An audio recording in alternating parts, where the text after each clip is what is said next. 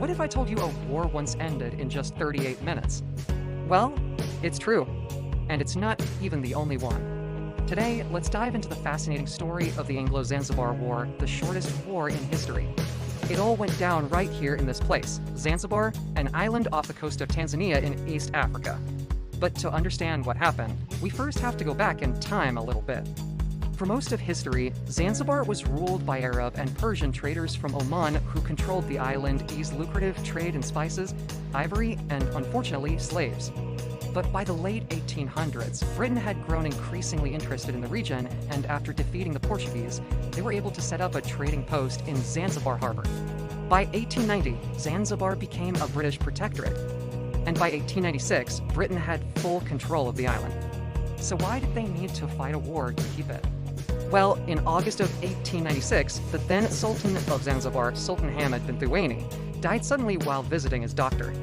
Now, the British were hoping that his childless cousin, Khalid bin Barakash, would simply rubber stamp their hold over Zanzibar. See, Khalid was pro-British and had even been trained in Britain. He also helped the British suppress a rebellion in 1889. So when he took the throne after his cousin, the British assumed he would be a reliable puppet. Except those hopes were dashed just hours later when Khalid bin Barakash and his royal guard seized the palace without telling the British, and he proclaimed himself the new Sultan of Zanzibar. The British were livid and immediately sent an ultimatum demanding that he step down. Now, this isn't exactly how we handle things in modern times, but back then, sending an ultimatum was a pretty common way of starting a war. It was basically like saying, you're doing something we don't like. Change it or else, and this wasn't the first time the British used it either. They even tried it on the Germans in 1884 to start the Anglo-German Antananarivo War in Tanzania. But this is a family show, so let's move on. The thing was, though, Khalid had the support of some of the local army and palace guards. In fact, he had about 3,000 men ready to defend him in the palace.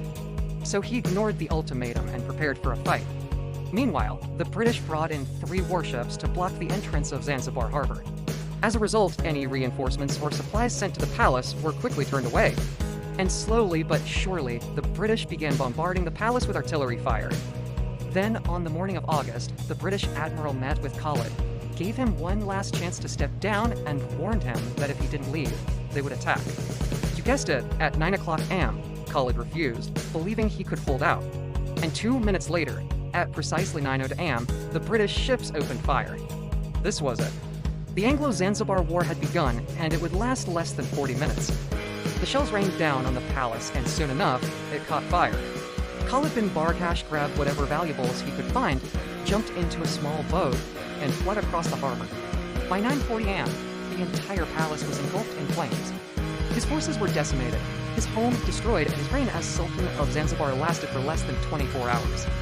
As a result, the British installed a new pro-British Sultan, Hamad bin Mohammed, who would rule until 1911. Officially, it was over. But what was the death toll? Well, according to British records, 500 Zanzibaris were killed and only 1 British sailor was wounded. That's right, only 1.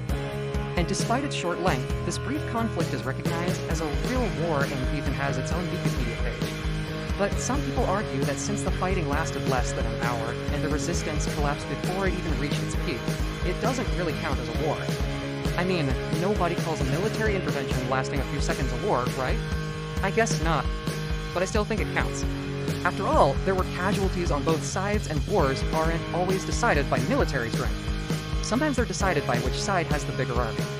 But regardless, it's still mind-blowing that this war ended before lunch. As a result, it's officially the shortest war in recorded history. But it's not the only super short war. In fact, today, we're going to talk about a few others. In 1842, the United States went to war with one of its Native American allies, the 1-0 strong Black Hawk tribe. The U.S. Army outnumbered them 2-1. So within just a few hours, Black Hawk surrendered. The war lasted approximately 70 hours and resulted in the deaths of around 150 Native Americans and only 1 American soldier. And then there's the case of France and China. In 1881, France occupied a Chinese port for 6 days because they were upset that the Chinese weren't giving them favorable trading terms. Eventually, the French left and the Chinese didn't even bother to declare victory. They just said, okay, we won.